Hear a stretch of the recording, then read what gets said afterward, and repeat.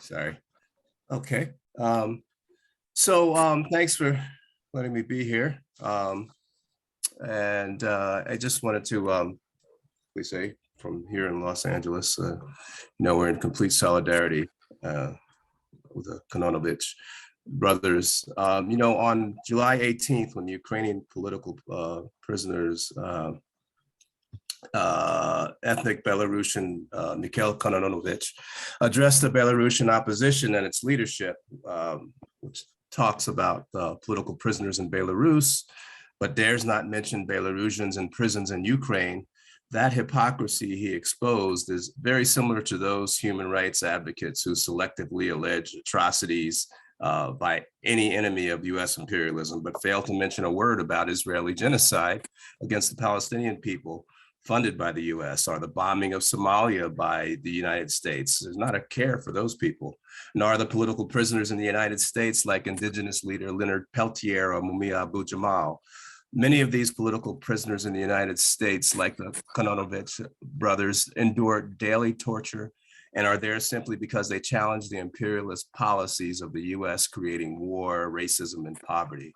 Almost all prisoners in the US are political prisoners, most wound up there due to economic desperation caused by capitalism and others for their political activism, which threatens the hold over the working class by the capitalist ruling class. And like the I keep tripping over their last name, I'm sorry, Kononovich brothers, they also face torture. And the United Nations states that anytime that you are in solitary confinement for more than 13 days, that constitutes torture. And it's a violation of international law. But here in the US, almost 50,000 prisoners are being held in prolonged solitary confinement in the US. They remain in cells the size of parking spaces. 6,000 prisoners were in isolation for over a year, and 1,000 of those have been in solitary confinement without the touch, smell, or conversation with a human being for a decade or so, or longer. So where are the human rights advocates who so conveniently use their criticism against the latest country targeted by US imperialism, yet never say a word about this torture and racism in the US faced by so many? And there's much talk also about those so-called human rights advocates about the lack of democracy, they say, in Russia and China. The timing of those attacks against those countries also conveniently aligns with the war drive towards World War III with Russia and China, using Ukraine and Taiwan as proxies. Well, let's talk about democracy as it relates to the situation with the brothers' imprisonment. How many in Ukraine are being imprisoned simply for being socialist or communist? And how large has the prison population grown there? These human rights hypocrites do nothing to inquire about that. And the US is supposed to be the greatest democracy. So of course, the prison population here must be the smallest, right? Well, the fact is that the percentage of those in prison in the US is 5 times the rate of that in China and 2 times the rate in Russia. It's actually the highest number in both percentage of population and actual numbers in the world at 2.1 million in 2020. And like the budgets for Ukrainian security and military forces like the SBU have increased exponentially due to the US aid. In the last 40 years, police budgets in the United States tripled, and they are also the recipients of military weaponry, including artillery, to be used against local communities. And like Ukraine today, the targets of incarceration reflect an ideology of fascism and white supremacy. If you're born in 2001, for example, the lifetime likelihood of a Black person being incarcerated in the US is 6 times more likely than a white person. 1 in 3 Black men born in that year would be incarcerated in their lifetime. And this increased rate of incarceration was also driven by the lucrative contracts private prisons who incentivize judges to pass longer sentences and whose stocks on Wall Street are seen as good investments. Now, the war in Ukraine is also driven by US imperialism's insatiable appetite for profit. In just the first 3 months of 2022, the 5 biggest oil companies pumped out $35 billion in profits.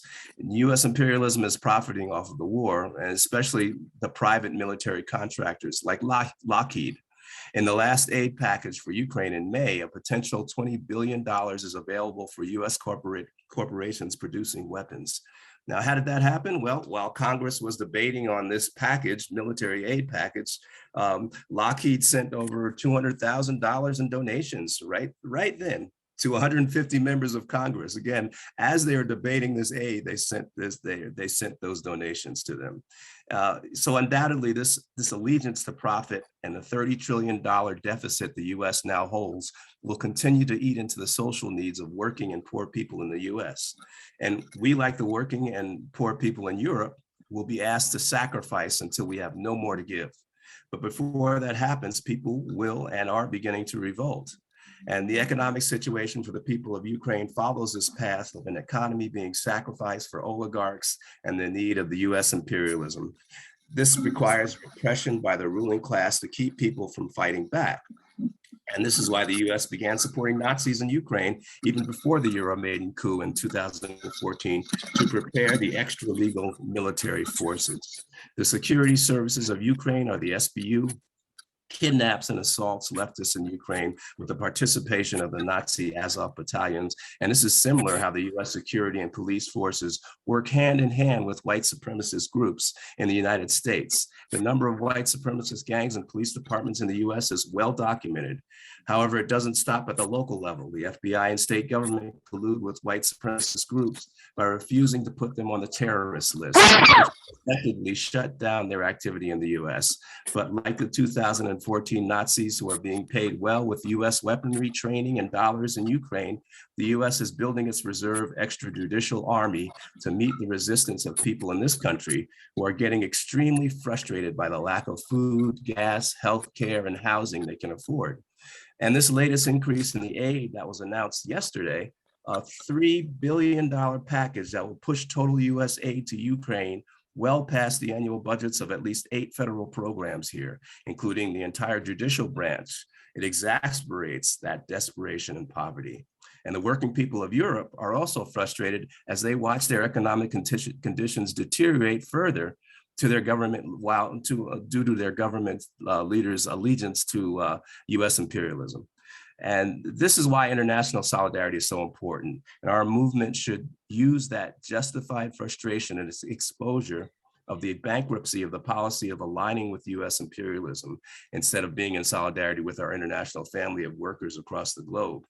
And we can use the example of the Kononovich brothers who, during one of their appearances at the trial, I believe it was, they were wearing a shirt in solidarity with Cuba, which is also fighting the deadly sanctions and embargoes of US imperialism. Now, this shows that we all have the same basic enemy, and that is US imperialism and its puppets in Europe and Ukraine.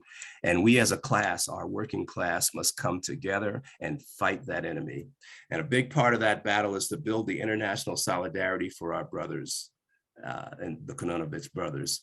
Every Ukrainian embassy in every country should hear our outrage. Every administrative building representing an imperialist country that is participating in this push towards World War III should be protested until our brothers are released from the Nazi hell that is now Ukraine. Thanks. Thanks very much, John.